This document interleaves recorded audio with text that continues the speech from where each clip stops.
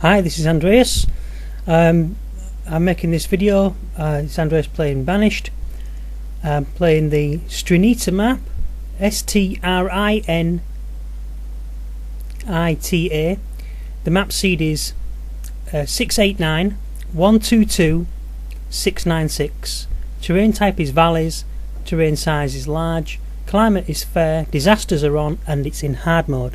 I'm making this video because some of my friends who've been playing this said they can't play it in hard mode, and I've been playing these games for a long time. I've actually got over, as I make this video, 50 hours in this particular game, but I started making a game guide around about 30 hours into the game because I was enjoying it.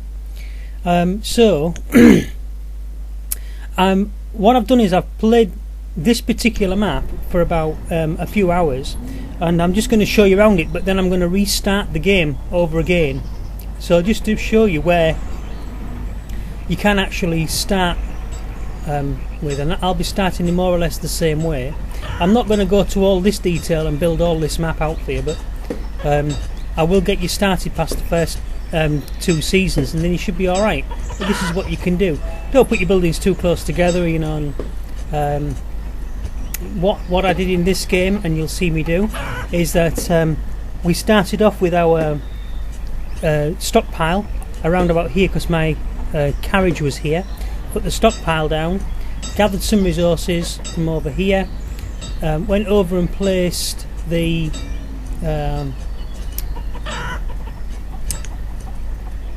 gatherer's hut, and set 4 workers on the gatherer's hut. Meanwhile, while it was being built and we was waiting, we put down 2 more houses and the barn. So it's up to you whether you let the houses or the barn complete first. I think the barn's most important, and you're still in the point at that time about spring in your first year. Then the next thing you do is you build 2 more houses, and then you don't build any more houses for the longest time, because this is where people's games are falling apart. When you build a house, a new family moves in and they have kids, and then you've got too many mouths to feed and you haven't got enough food coming in. But you've got 4 gatherers straight away. Food's got to be your most important thing, so you get 4 gatherers working on that plot. And then your next maybe your next concern would be to put in, you could put your fishing dock in, because we're quite close to the water there, and I'll explain that when we go into it. So this is just a matter of a pre-look at the finished game, or the game that's progressing. As you can see now, I've been in this game for 19 summers. So that's what that number tells you there. There's 33 people in my village. I've got 7 students and 5 children. So what next? Let me just show you around the map what I've actually accomplished in this game. I've got lots more houses, as you can see. I've got farms with chickens, 24 of 24, and that's the only one that's the next one to fill up.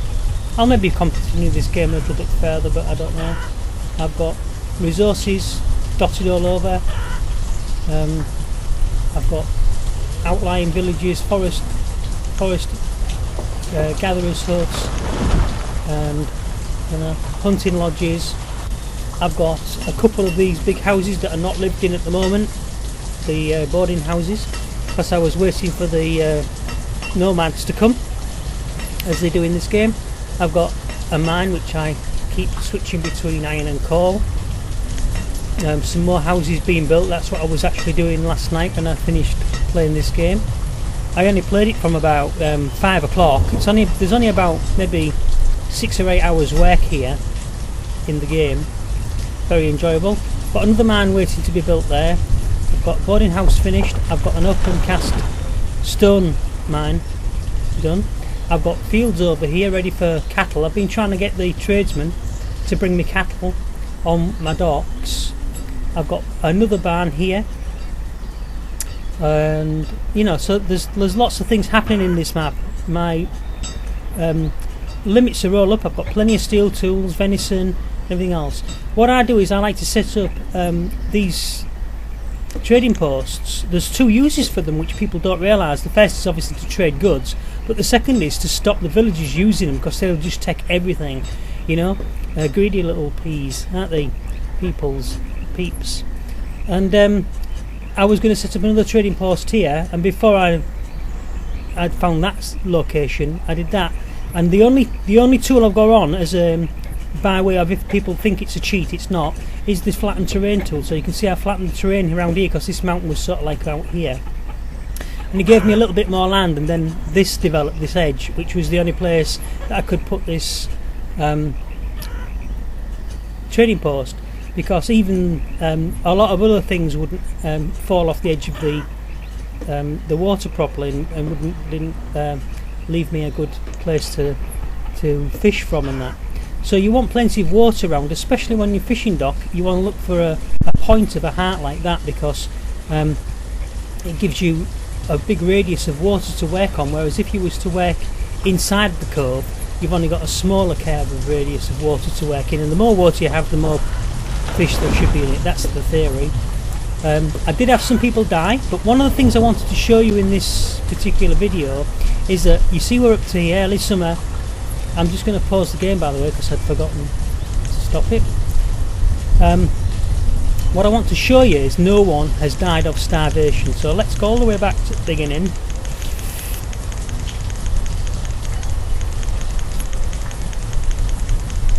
And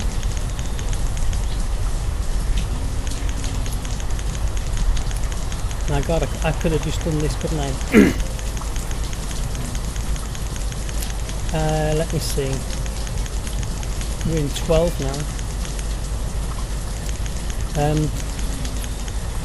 Old age. I'll just read the yellow ones out here. Old age. It's only the yellow ones which are reports of death. This is the thing, by the way. Make sure you have that selected, and it'll give you the reports of deaths and tell you what they died of. We did have a case of the mumps, but luckily I have a hospital. But I didn't have it at the time when the mumps occurred, but the mumps came back, and I did have the hospital, and it was sorted. As far as I remember, I don't think anybody died from it. So that was right at the beginning, as you can see. Oh no, well, it says spring 7, so that's as far as it goes back in the history. But you know, trust me, no one died of starvation. I'm going to show you that anyway. I'll probably go in the game to that point in time. So just read the yellow ones. Died of old age. You know, old age. In fact, there's that many deaths from old age. You know, it proves that none of them died actually from anything else, really. Because I had no more people come in. Nobody's old enough. Old age. Old age. Old age. Old age. You know, when you say I only started with what, 8 people, I think. 9 people, I think I started with. 9 adults who were workers. You know, I've gone past 9 deaths from old age, haven't I? So, anyway. Oh, there was one death. This idiot was killed by a falling tree. But I did notice that Jaslyn or whatever her name is, she wasn't educated. Yeah? So that might be a point to note. And a fisherman died of old age. Died of old age. Died of old age. Hunter. Labourers died of old age. So all these people died of old age. Basically impossible for me to have that many people of that age without not having anybody die. So it's in the 19th year now.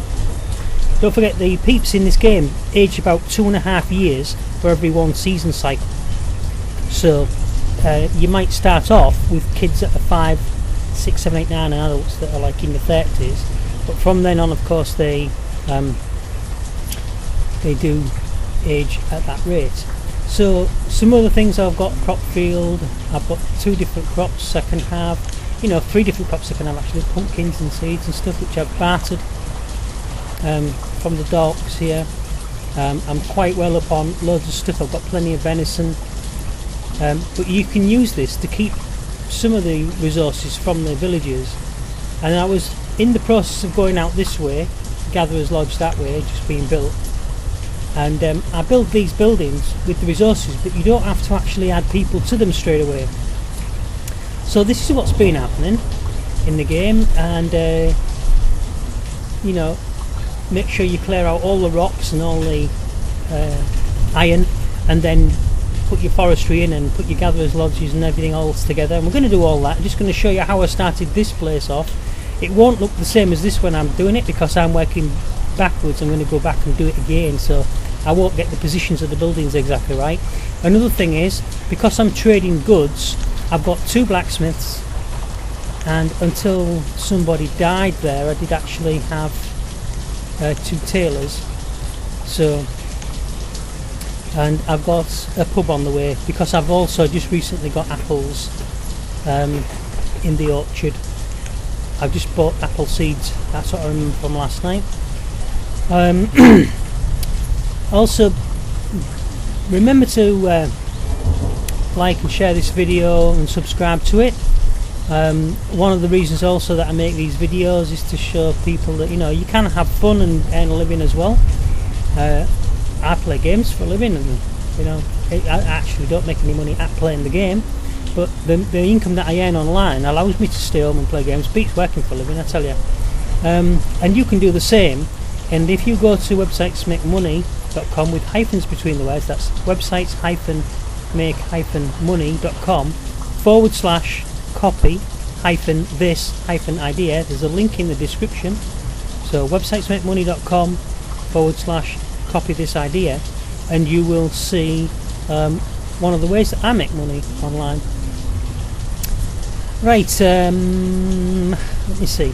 I play lots of games like Call of Duty, Battlefield, GTA. I've got GTA blogs, I have farming simulators blogs, and I basically write and blog about games and stuff, but I get a lot of my clients who want websites building. I build game websites for people, just the framework, and then you take it from where you like. If you go and have a look at farming-simulators with an S on the end, farming simulators, hyphenated, most of my sites are hyphenated. I've got a hyphen between the words, and that's usually on shift next to the equal sign, that hyphen. If you don't, some people don't know. I'm not being pedantic or anything, am I? I'm just saying some people don't know where it is. It doesn't matter. We know, I'm stupid. But the thing is, I know you're not, but the thing is, some people don't know what the hyphen is, and it's a shame, really. But,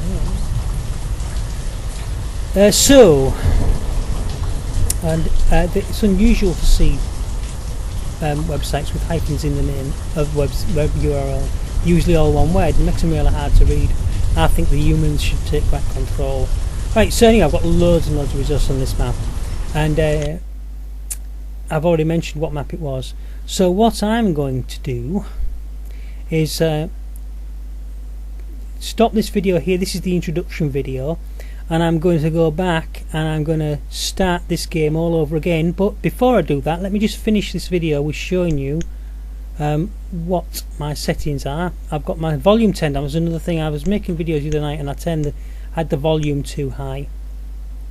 It's raining all the time. I have a NVIDIA GeForce GT610, because people always ask those type of questions, and anti-aliasing and all that, medium fast trial, and if you can see all that, I don't even know what half that means. I have auto save on for 15 minutes, and all the rest of those boxes are ticked. My keys are all default, so no changes there. In the mods, the only mod that I have on is flatten terrain tool, okay, which is handy. Now people say it's a cheat. It isn't a cheat, because you don't have to just deal with the map as it is. Now here's the point: if a civilization of these group of travellers that have been banished have got the technology to do mining, fishing, building buildings and everything else, don't you think they'd have the technology to take a bit of topsoil off or rock? If they can mine rock and iron, then they can certainly and build open cast mines and build mines into rocks. They can certainly take down a mountainside. The only thing is with the flatten terrain tool is it's not integrated into the game properly. It's just a design tool that you then flatten the terrain with, and I'll show you how to use that. But because I know a lot of people don't know how to use it.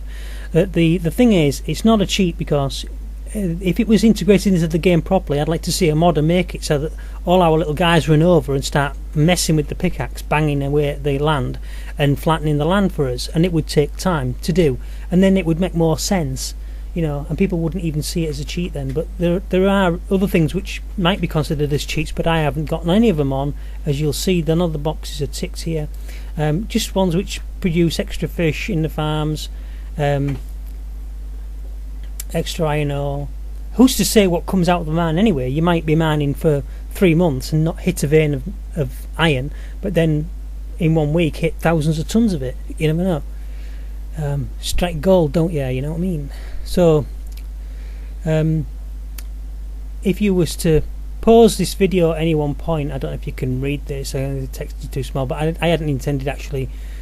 This is one of my nicest and most favourite little mods, log cabins, by Raging Nonsense. Provides log cabins as housing. Alternative log cabins have a warm efficiency between wooden houses and stone houses, so they're warmer than wooden houses but they're colder than stone houses, and yet they're cheaper to make and build, and you only get one family in them. So right, anyway, I'm going to cut this video short here and hopefully go back and show you how I did it.